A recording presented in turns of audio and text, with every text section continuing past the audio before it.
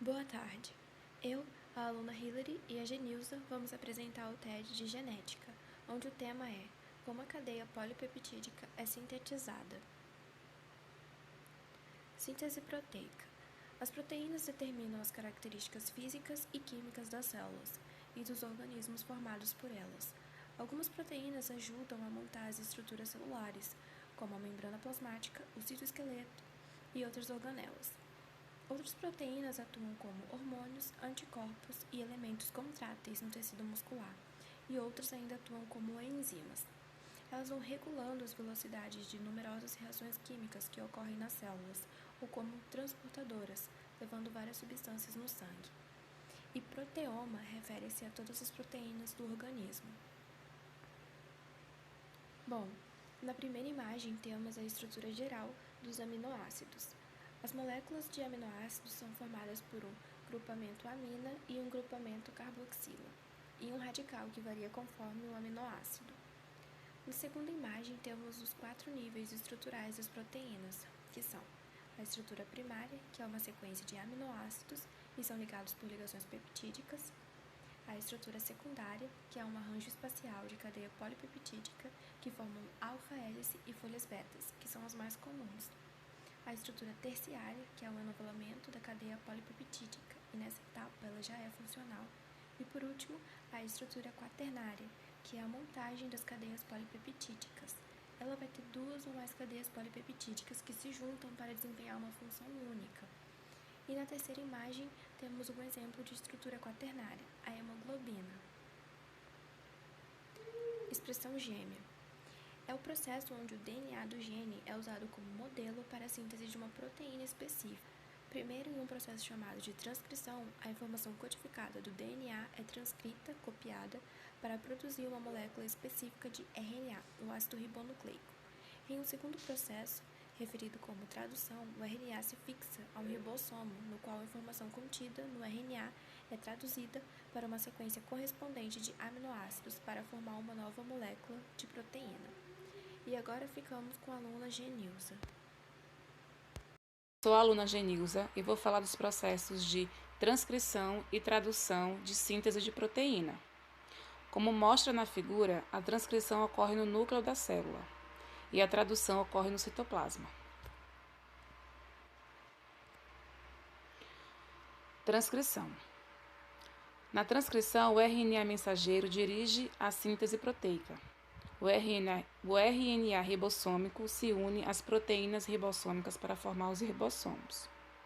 E o RNA transportador se liga a um aminoácido e o mantém em seu lugar no ribossomo até que seja incorporado a uma proteína durante a tradução. A transcrição ocorre no interior do núcleo das células, que consiste na síntese de uma molécula de RNA mensageiro, a partir da leitura da informação contida no gene de uma molécula de DNA. A enzima helicase desfaz a dupla hélice, destruindo as ligações de hidrogênio que ligam as duas bases.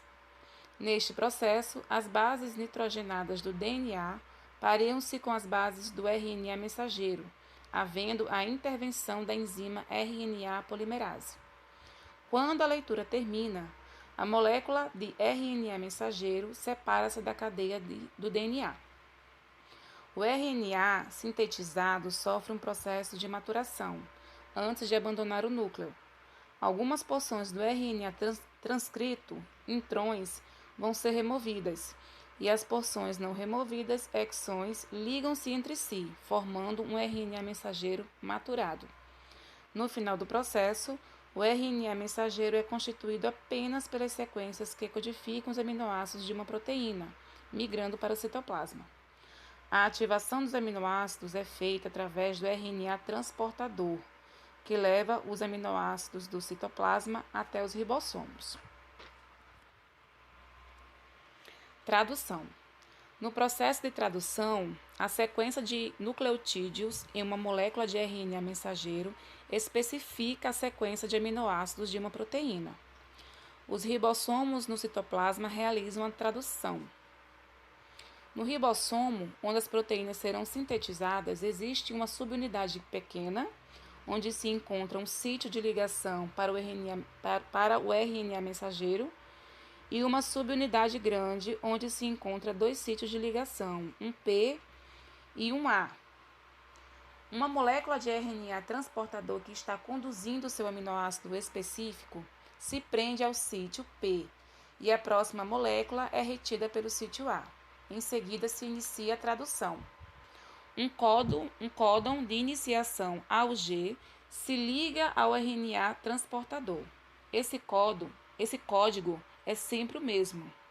Ele corresponde ao aminoácido metionina, que também é sempre o primeiro aminoácido em um polipeptídeo em desenvolvimento. Em seguida, um ribossomo funcional é criado. A grande subunidade ribossômica catalisa a formação da ligação peptídica entre a metionina, que se separa do RNA transportador no sítio P, e o aminoácido conduzido pelo RNA transportador no sítio A. Após a formação de ligação peptídica, o RNA transportador no sítio P separa-se do ribossomo e o ribossomo troca o filamento de RNA mensageiro por um códon. O RNA transportador no sítio A, carregando suas novas proteínas peptídicas, muda para o sítio P, permitindo que outro RNA transportador com seu aminoácido se ligue ao recém-exposto códon no sítio A. As etapas ocorrem repetidamente e a proteína cresce progressivamente. A síntese da proteína termina quando o ribossomo atinge um códon de término no sítio A, fazendo com que a proteína completada se separe do RNA transportador final. A síntese proteica progride na velocidade de aproximadamente 15 aminoácidos por segundo, conforme os ribossomos se movem ao longo do RNA mensageiro e antes que complete a síntese de toda a proteína, outro ribossomo pode prender-se atrás dele e começar a tradução do mesmo filamento de RNA mensageiro. Vários ribossomos fixados ao mesmo RNA mensageiro formam um polirribossomo. O movimento simultâneo de diversos ribossomos ao longo da mesma molécula de RNA mensageiro permite a tradução de um RNA transportador em diversas proteínas idênticas ao mesmo tempo. Bom, é isso. Espero que goste.